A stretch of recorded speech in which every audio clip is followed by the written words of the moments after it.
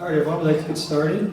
Thank you all for showing up to our final Lunchtime Faculty Research presentation of the series, and thank you for Dr. Kurdi for rescheduling for us. Truly appreciate it. So today I have the privilege of introducing Dr. Zakaria Kurdi from Computer Science. He earned his PhD from Joseph Fourier University in Grenoble, France, and he's here to talk about his work with social network analysis and automatic topic labeling. So thank you very much, Dr. Kurdi.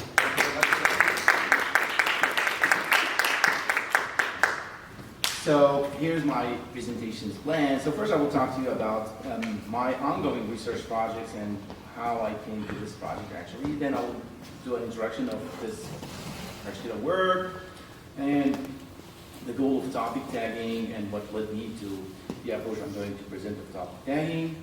I'm using an Enron data set, and this is a data set from a company that got bankrupt because of a really bad reason. So I'll talk to you about that as well. So I'll show you some results of experiments of topic tagging, and then how I use these tags of topics to understand the structures of the social network from two different but complementary points of view. The sociocentric, which is actually the global society point of view, and the egocentric, the individual point of view. So my ongoing research projects, actually I have some of them actually. So my main area of research is actually text mining. So I've done some work about text complexity, so measuring how complex is a text from the linguistic point of view, but with the computer. So this work has several applications, like recommending text for students depending on their skills, for example, predicting language disfluencies. I'm working right now with a student about dementia prediction. You have a text, and you can tell if someone has or does not have dementia automatically by doing the analysis of the text. Authorship classification by gender and age, so there's an ongoing work with that. I talked about that. Now there's another project which is related to this one, which is a bioinformatics project. And again, I'm not a bioinformatics guy. I'm a language processing guy.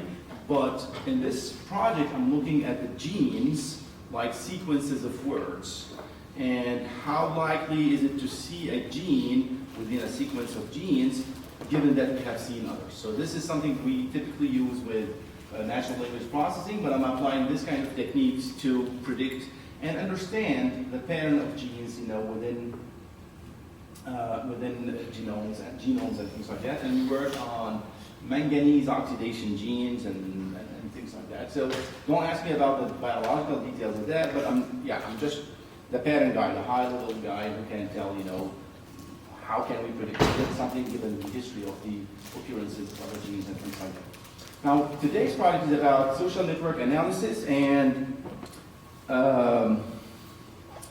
so I'll tell you the story actually how I came to this project. But anyway, so social network analysis is made of communities. So these are people who are, so the saying is birds of feather flock together. So communities are groups of people who are interested typically in similar things and who are grouped based on that. Now, some communities are based on topics.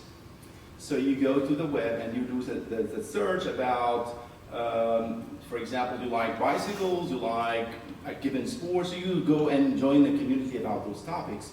However, not all communities are topic-driven, because you will be, connected with your family members whose interests could be different from yours. So people who attended the same high school or the same college can have a community. So not all social groups are topic-driven. So in this presentation, I will focus on the communities that are topic-driven. And even for those who are not topic-driven, we can also do some analysis of how topic could influence their interaction, but I don't have data for that, so I'm just working on this data set, and I'm trying to understand the relationship from the perspective of the topics that I'm talking about. So the goal of this topic tagging work, actually, we have a text, and we would like to put a label on this text, and this label should tell us what the subject, what the content of this text is about. So we have texts that are about sport, we have texts about history, we have texts about any subject of the life. So we would like to have categorization, and there are some existing categorization actually on the web. Yahoo has one actually, but there are several ones actually in the market. Now we would like to have some tags on those texts. Given that those texts are open texts, they come from the wild, we don't know what exactly to predict. So we try to sort of put some order into something that is by nature not highly ordered. So that's the kind of task we are trying to solve. Now, there are different paradigms for solving this problem. One of those paradigms is actually document clustering. So we try to actually define, here we have a population of documents. Every dot is a document. The colors represent clusters.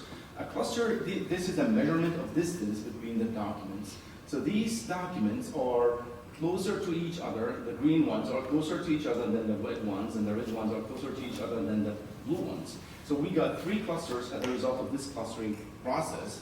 And there are different algorithms that have been proposed in the literature for that. One of them is called K-means. But anyway, so the point is we try to find something called centroid, which is the most central element of those green ones and the most central element of those red ones, and so on and so forth. And we try to find the closest items to this one that are closer to this one than this one, which is to the other centroid, and so on and so forth. The problem with this approach, it works pretty well actually, it's pretty easy to implement and everything. The problem with this, and I have tried that in a previous project with former students in a different university, so the problem is actually you end up getting clusters that are not necessarily tags, although you are measuring the distances based on semantic relatedness of the words or the documents here.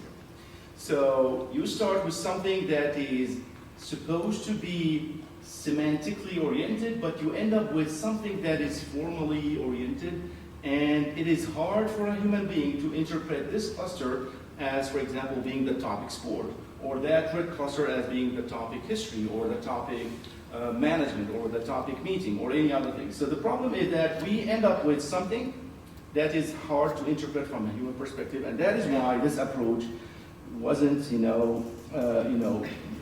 the first one to be considered. There's another one, I'll present it to you later, but I mean, yeah, the other one actually will have some problems. Now let's talk about the Enron data set. So Enron is a company in Texas about oil and energy and things. I think they do gas and things like that.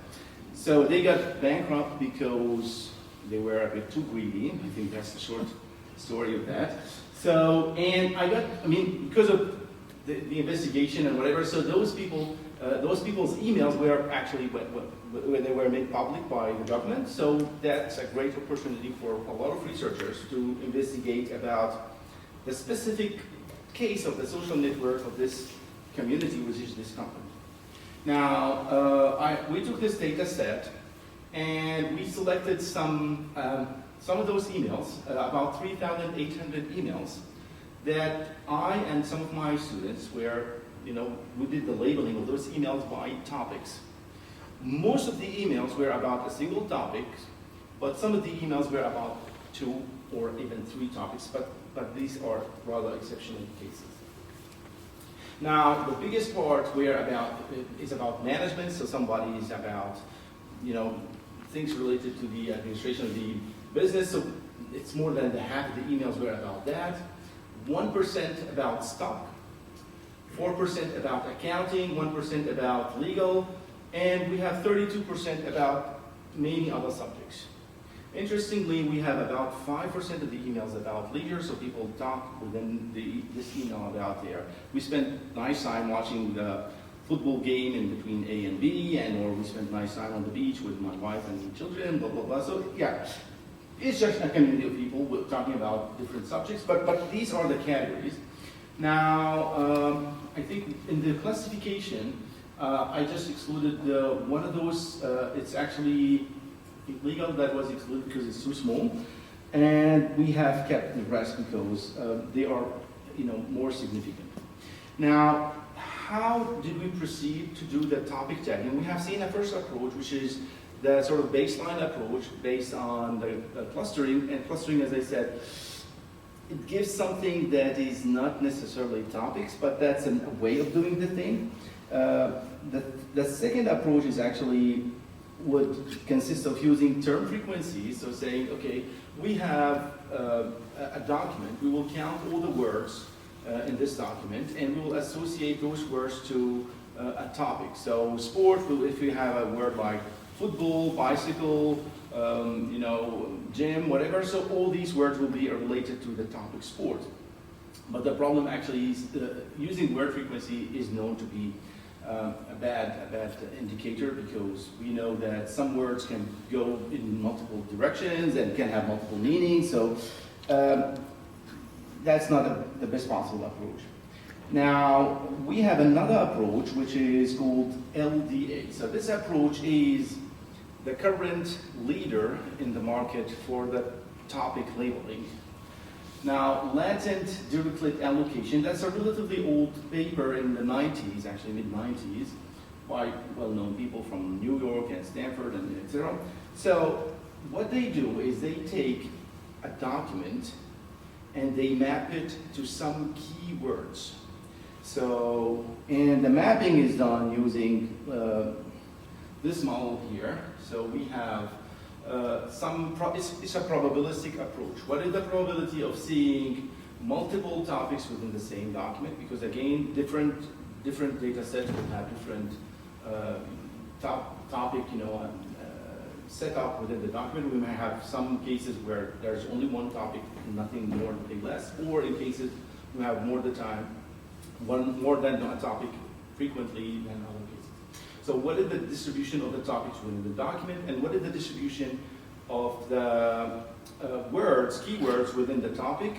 And we multiply all those factors. Actually, we end up with something that will give us a vector of keywords that is more likely to be associated with this document.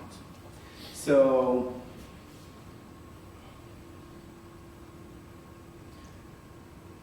now, just to give you an example here, suppose we have a big text like that, we do some pre-processing, and pre-processing will actually remove all the functional words from the document, like he, is, that, these.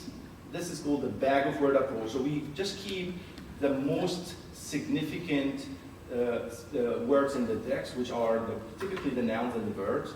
And once we're done with that, we submit that to the LDA that will actually compute a vector. And here we have some examples of vectors. These are pretty short ones, actually, but typically the vectors are made of tens of words. And so this vector is supposed to be the topic. Now, the problem with that is actually in the application I just presented, and this is again that there have been a lot of work about using LDA to tag social network with LDA, and people were happy reporting good results and etc. The problem is actually, for me, this is not a topic. This is rather a semantic field rather than a specific topic. So we remain here with this vector of words that we are associating with this text. Of course, we went from this big thing into a small vector, which is a good thing. But the problem is actually we're still at the vague point where we don't know exactly what this text is talking about. I want something narrower than that, and this is what we actually try to do with one of my students. We took the vectors and we did a mapping between the vectors from LDA and some keywords to end up with a single topic. Now, these are the results that we got. Now, we get the result, the words, the topics as words, out of those vectors by doing a mapping using some basic machine learning things. And actually, we got, here we compared with the term frequency, and there's another approach called term frequency, TF, IDF. So it's IDF stands for actually the collection frequency. So if a word is like the is commonly used among all the text. So it can be very frequent in a given text, but it's frequent in all the text. So the value of the but the across the collection is really low. So we multiply the term frequency by the collection frequency, and we end up with a weight that is more representative. So here we have the term frequency by itself, term frequency, collection frequency, and LDA. So LDA gave us better results, LDA with mapping. So that's actually the first step. Now it's about 63%. I tried to extend this approach by using another way. I just bypassed LDA entirely, and I used different machine learning algorithms to using the features. I took the 500 most frequent, the 500 words with the highest TF-IDF scores, the frequency of the word multiplied by the value within the connection, within the collection of documents. So 500 words, 1,000 words, 1,500 words. I found out that actually the best performance was achieved with this one, which is 65.8%, so which is a little bit of an improvement compared to the previous result. Now, this is the first part of the work, and the real question remaining is actually, we got the topics now, better than the LDA topics and better than what had been done in the previous works. Now, what can we do with the topics that we got? So I use this classifier based on this, this is the best classifier, it's called random forest, this is the best classifier. I use this random forest classifier. I'll spare you the details of those things, it doesn't matter. So the point is actually, I took this classifier here, and I tagged all the data from the Enron data set. So we have about 500,000 emails from that, so it's not small. So I got now an entire social network that is tagged with topics. Now, what can we do with those topics? So one possible thing is actually, here is the social network without any topic annotation. And as you see, we can see some darker areas which are denser, more connections between people, but there's no way we can provide any interpretation of this, thing that is like that. Now, if we go and select some topics, like the topic law or legal, and here we have some users. Here, we identify the users by their emails. I guess all those people are free. No one of them is in jail right now, I guess. But anyway, because those who are incriminated, actually, I think their emails have been, deleted. So yeah, that's part of the process. So here we see the bigger the dot, the most important the actor here. And we see, for example, that Michelle Akers is actually, which is it has a central rule within the topic law. And that's not something we could see without labeling with topics. If you are interested to see, okay, you are an investigator, you want to understand what's happening with this about the topic accounting, about the topic legal, about the topic management, whatever. So you will actually identify the people who are most influential within this specific topic. So that's actually already a good progress. So first thing is actually network visualization. We have seen this first application of tagging the social network with topics.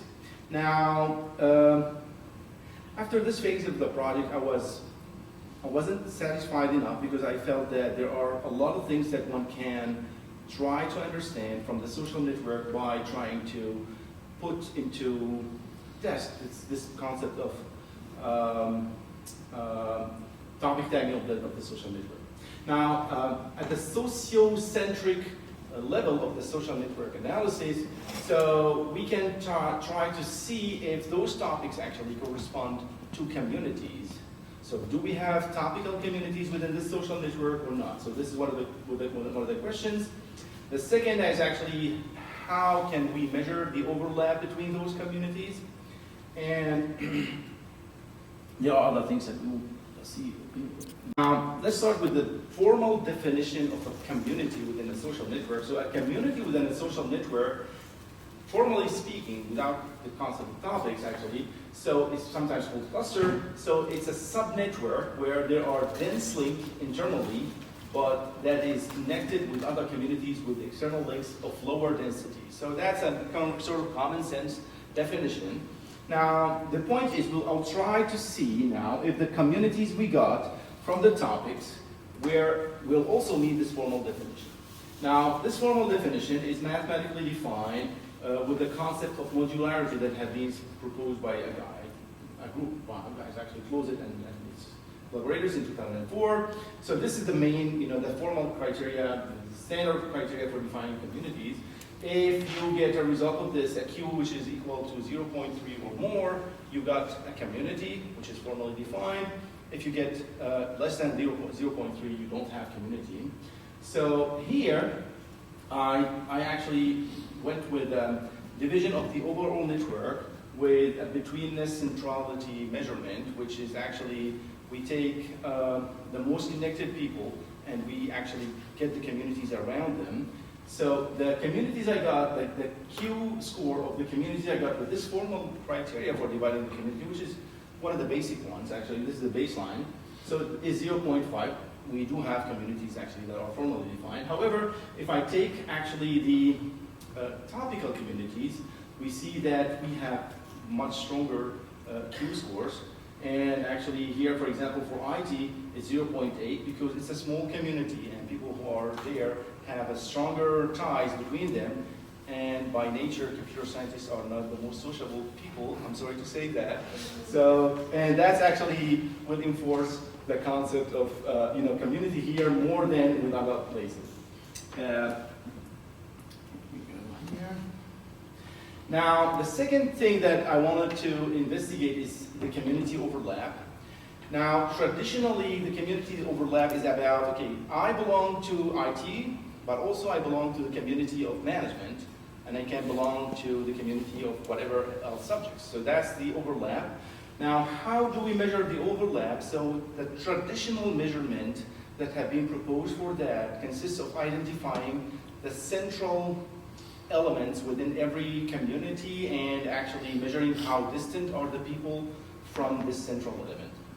Now, the problem with this traditional definition of the community is that there's no standard way of defining the central element within the network. Actually, there are maybe at least 10 ways of defining that. And if you go with method 1, you'll get a central person A. If you go with method 2, you'll get a B as a central. So there are different criteria that are using different formal, measurements. So the results of the measurement of the overlap are not objective. What I propose is actually use something a little bit more simple and more robust, which is actually Kindle-to measurement. So it's about, we take the order of the users within a community. So user 1 contributes more, user 2 contributes a little bit. So we order them by the degree of contribution in community 1, and we order them by community contribution in community 2. And we actually compare the distances between the users. If there is 100% overlap between the order of the users in community 1 and in community 2, then in this case, we actually have a score of 1. If the two lists of the users of the two communities are upside down, so we will get -1. So it's a simpler measurement. I think it's more robust and it makes more sense than the previous ones. And now, if we apply this measurement, we will get these results and see here what are the overlaps. Actually, again, who is involved in accounting and IT at the same time, who is involved in management and IT at the same time. So we got actually here significant p-values for that.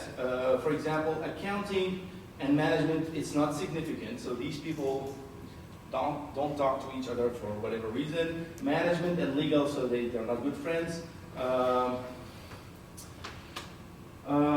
Legal and meeting, they do actually, so it's they do talk with each other. So, and yeah, accounting and IT, actually that makes sense because accounting uses some technology more than others, so it makes sense that we have some of the highest scores actually in the Kindle school. So yeah, so we got some measurement of the overlap that I think makes some sense with whatever we have a sort of as a preconception about collaboration within an environment of work.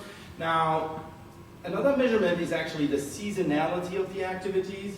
Now, some people actually, so okay, some activities are more seasonable than others. So some are more regular, some depend on whatever thing that you would like to do. So this is what I wanted to measure.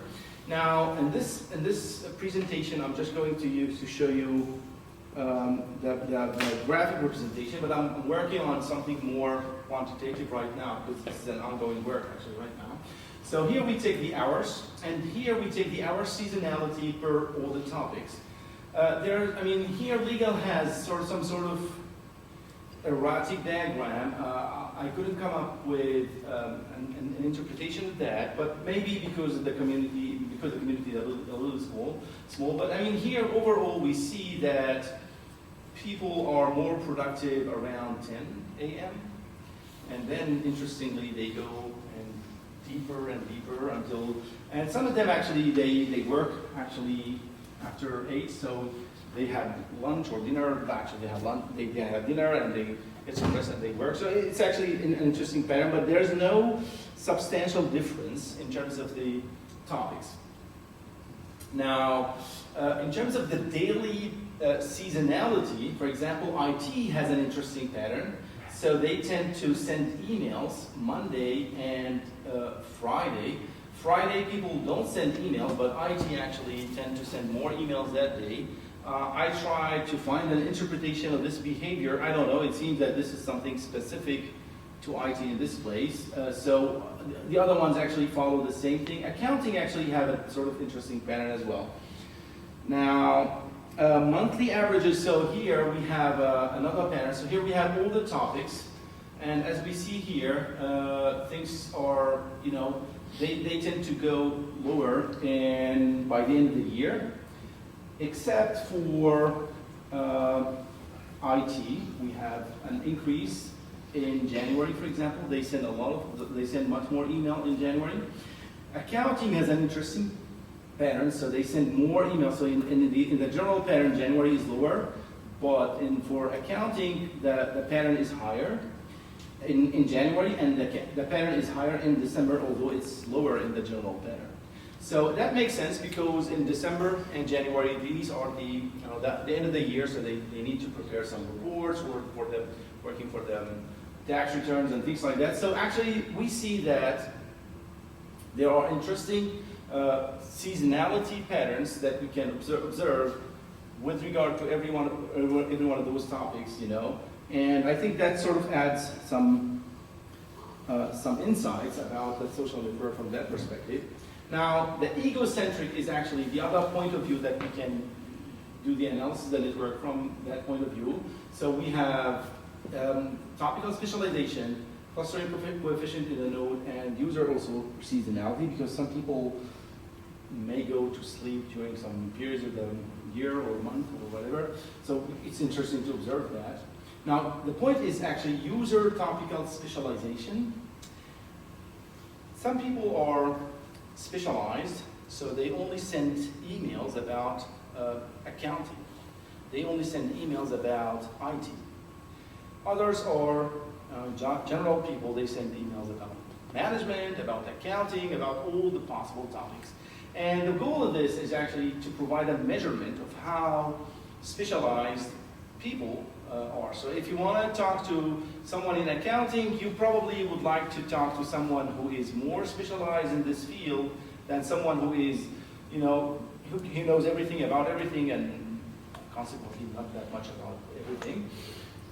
So that's the goal of this measurement.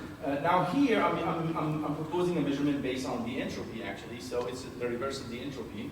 I also experimented after this actually presentation. I also am experimenting with something called Gini index, and actually there's a strong correlation between the two, which confirms actually the results from this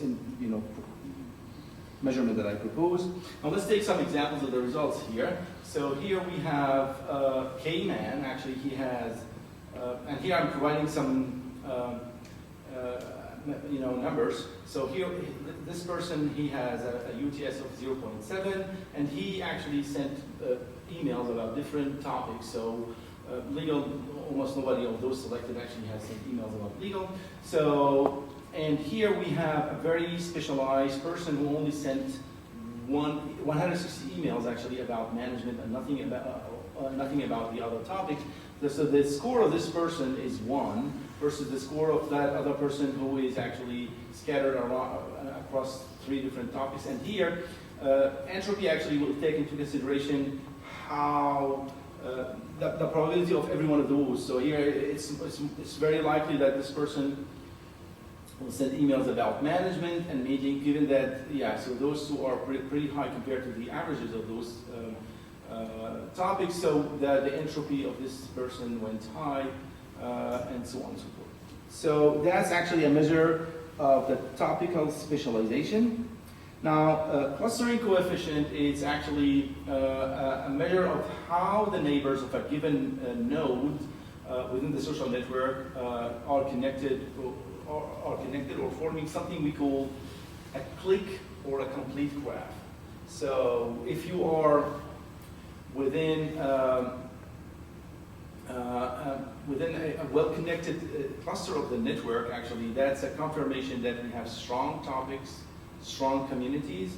If you are not that connected, so if you are sparse, that's an idea that gives us an idea that actually the user is not that specialized. It's scattered across different topics. You see, so here we are taking the topical graphs, and we are trying to see if K-man, for example, has a high clustering coefficient within meeting. So 0 is within accounting. So this person within the graph of the accounting, he is not he's not connected at all. He is almost as connected in management and in meeting, but not connected in accounting, not in IT, and so on and so forth. So we got, you can look at this actually as a measurement of belonging. How strong is this person associated with every one of those topics? So this is the opposite way to look at that from the specialization. Okay, so that's a complementary way to look at the egocentric belonging of everyone versus the specialization. So in other words, if someone has a low specialization score, he or she will have equal belonging scores to those topics. If he or she has actually 1 specialization score, he will only have 1 value here and the others will be 0. So that's another way to look at the same thing, but from a different angle, from the opposite angle actually.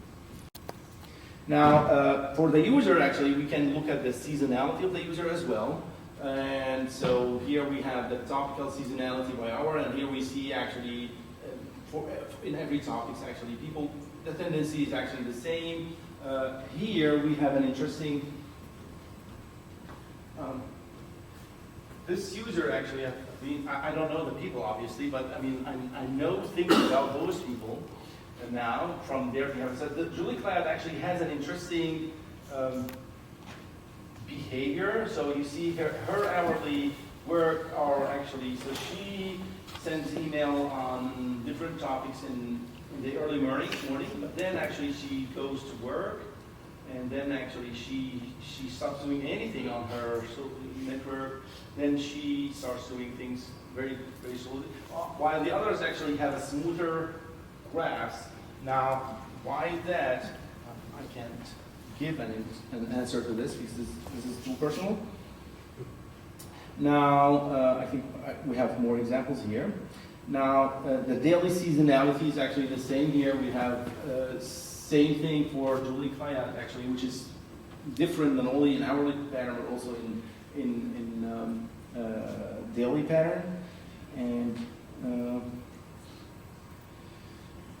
we have the monthly seasonality. So here we see, for example, for Jerry Graves, this guy, he is not sending emails during this time of the year. Now, maybe he goes to field work and he doesn't have to send emails about that. I don't know. So, but we see that there are different patterns for different users, and every one of those patterns is actually sort of interesting in terms of topical variations. So some of those will actually vary topics. And here we see, for example, for Julie Clayat, she works on accounting only in January. So that's an indication that some people will actually join the force of accounting at some point, and they will do something else in different periods. So I think, yeah, it shows some parents. I actually, for fun, I just decided to see if there's any gender bias within Enron, actually. So here is, I could tell actually, I divided the emails in 3 categories. I took the emails of the first names. If the first name is in, I have a database of female names and male names. So if the name is in the female only, not in the male, so I will consider that. If the name is in the male only, but not in the female, I'll consider that. Those who are unisex names, I will discard that. And of course, among those discarded emails actually are the generic emails that are not in both. For example, I think IT service or something like that, those generic things are discarded because obviously we don't know who is behind those.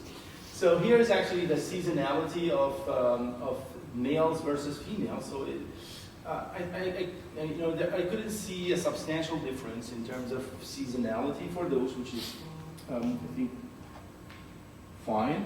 The daily seasonality, I think not that much to say. And the same thing for the monthly seasonality. Just to go step forward with that, so I decided to do a chi-square testing, and this is the confusion table. So I just did the chi-square testing, and the results were not significant across all the topics in terms of involvement of males versus female. Now again, this is just a result of whatever valid email I could find. For example, here IT, typically the bias should be toward males, but behind those emails, generic emails, I couldn't tell whether there's a male or female. So, but overall, there's no big bias, which means not more people working in management that are male versus female, not more people that are working in accounting that are male versus female, and so on and so forth. Now, as I said, this is an ongoing project, so this is what I have at the time of the preparation of this presentation. I am working right now on an extension of this work, so I am exploring the ways of trying to profile pairs of users. Let's take any pair of user and try to see the pattern. Are they interacting about a single topic versus multiple topics? Are they, there's the balance here. Is one of them sending the emails to the other and the other is listening or is actually an active exchange? So one of the things that I found, but it's ongoing yet, one of the interesting things is that typically the name that I could associate with higher management, typically those people tend to be silent. They just get emails and they don't write a lot. So I'm the big boss, so I just send the reports or something like that. So that's one of the things that I could find. So yeah, and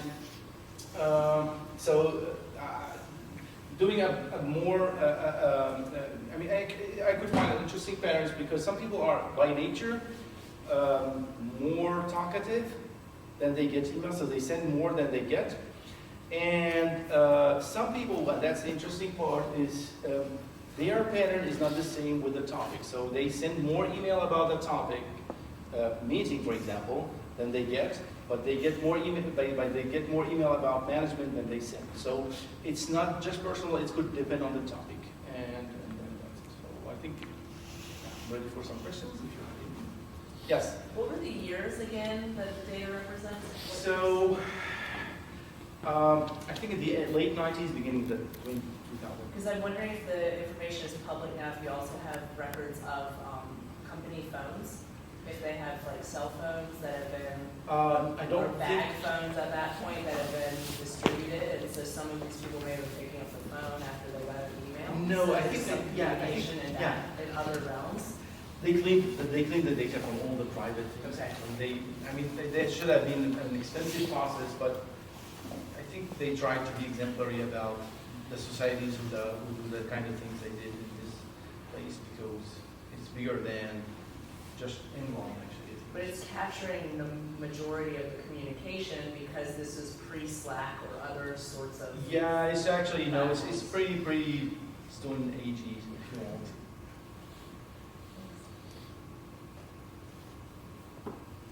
Any other question? Yes? So how does this handle when people send out emails blind carbon copy and you're trying to look at the back and forth nature of that? So there's no practical emails like that. So the emails I could see, I mean, we annotated by hand about 4,000 emails, and I've been working on a lot of those by hand. So typically, it's let's have a meeting, the stock prices is going higher, lower, giving instructions to do this and that, this is management. No, I haven't seen something that is very low level, like ordering coffee or something like that. Does that answer your question? I think so, yeah. Yes. You said all the criminality has been scrubbed out of these emails? You can't see any, none of the emails are related to the crimes committed by the company? Yes. So, and I think, yeah, just for the privacy of the investigation, because I guess some people are still in jail. Okay. Interesting to see if the people who went to jail have more or less communication with legal. Things like that. I mean, I agree with you, but I mean, no, yeah, that's that. I mean, fortunately, I mean, we got this data set, but unfortunately, there are so many interesting data sets that are that could possibly be made public, but that are not here. I mean, there are hundreds of people about the one data set from all sorts of angles and all sorts of applications, and that's just a great thing.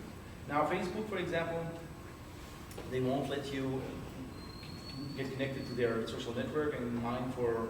So I mean, yeah, we tried to do some work with students about Facebook. It didn't work. So, I mean, whatever. So I mean, this is really a valuable source of information from that perspective. Does this data, does this data exist? Was this data made public as a result of the bankruptcy or as a Yes. result of the, okay. Just a punishment. Hey, if you do something like that, we'll. I mean, we know. I mean, if you go and read some of these emails, you know, someone's relation with his wife, or what? You know, I went with my wife and watched this game or whatever. So you go into some privacy, you know, in private life of those people, and I guess this is a collective punishment because they didn't tell about the thing that I don't know, whatever. Okay. All right. Go ahead. Okay, so if I'm Zuckerberg or Musk or somebody, how do I make use of what you found? Okay, so one of the things I'm exploring right now is actually, thank you for the question. So one of the things I'm exploring right now is actually the kind of, let me go and see one of those.